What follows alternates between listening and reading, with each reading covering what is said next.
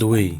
You know it, you love it, it's the magnum opus of Nintendo, the king of the 7th generation of consoles, one of the most innovative consoles of all time. But instead of spitting my opinion out, I will spend the rest of the video trying to convince you. The 7th generation of consoles. If you're my age, you grew up with at least one of these. My childhood was filled with LEGO games and Skylanders on the Wii, Little Big Planet and Skate 3 on the PS3, and of course, Minecraft on the PC. Of the three 7th generation consoles, the Wii stands out the most to me, and not just from a sales perspective. Speaking of sales, the Wii was the least powerful console of the big three, but in spite of the fact, it sold 101.6 million units, whilst the more powerful Big Bad Sony's PS3 and Microsoft's Xbox 360 sold 84 and 87.4 million units.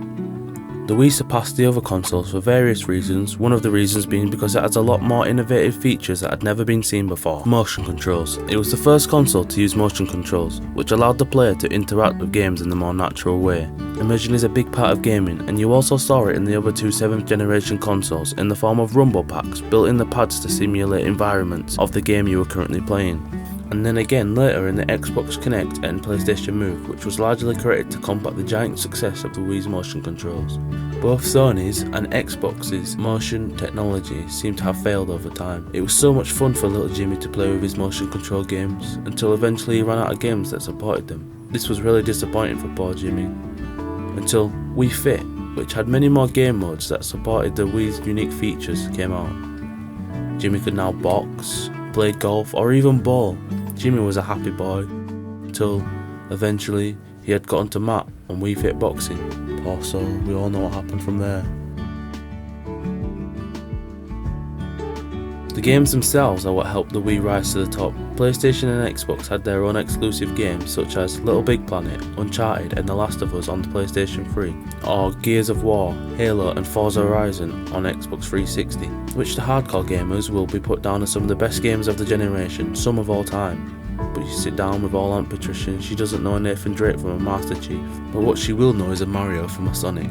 You and me pick up these PlayStation and Xbox games, and to us they have easy controls and they pretty much start by telling you what to do, but to a non-gamer this is simply way too advanced. But anyone can pick up a Mario game and complete a level or at least 3. I challenge you to go up to a 5-year-old and a 95-year-old and play the first level of any Mario game and they know what to do. The games I played on the Wii are some of the best games I've ever played in my entire life, and I still have really fond memories of playing them for way more hours than I should, and even fonder memories of playing them with my family. I won't convince you with words, I'll show you.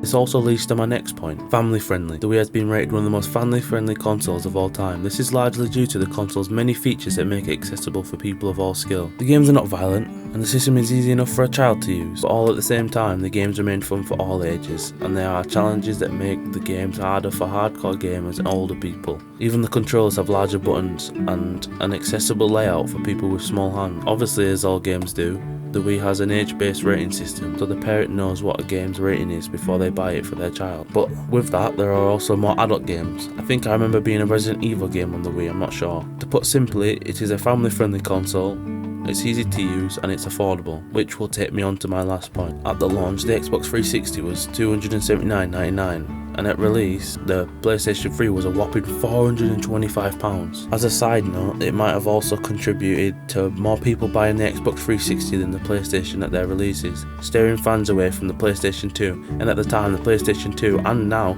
is the highest selling console of all time, selling over 157.7 million sales in its lifetime. But later the PS3 Slim and Super Slim made the console more affordable and re-established the great name of PlayStation, reuniting fans and also bumping the global sales sold for the PlayStation 3. But anyway, back to the Wii. The Wii was significantly cheaper than the other two consoles, only $179.99, and from what I remember, the games were much cheaper too. If you are like me, you may or may not have had a hard drive with tons and tons of free games for the Wii that you illegally downloaded. May or may not have illegally, allegedly it's a keyword here. What may have racked up the prices, buying lots and lots of Skylanders games, and obviously all the characters to go with it, the legendary characters, special levels, anything that was overpriced and you didn't really need to pay for it. And then to add to that, your mother excessively telling you too old for Skylanders and that they're taking up space and that I need to get rid of them because you'll never get money for them. No more mum, I'm an orphan now. In conclusion, you can make your own mind up in the comments below. This is just my personal opinion and I hope it is yours now,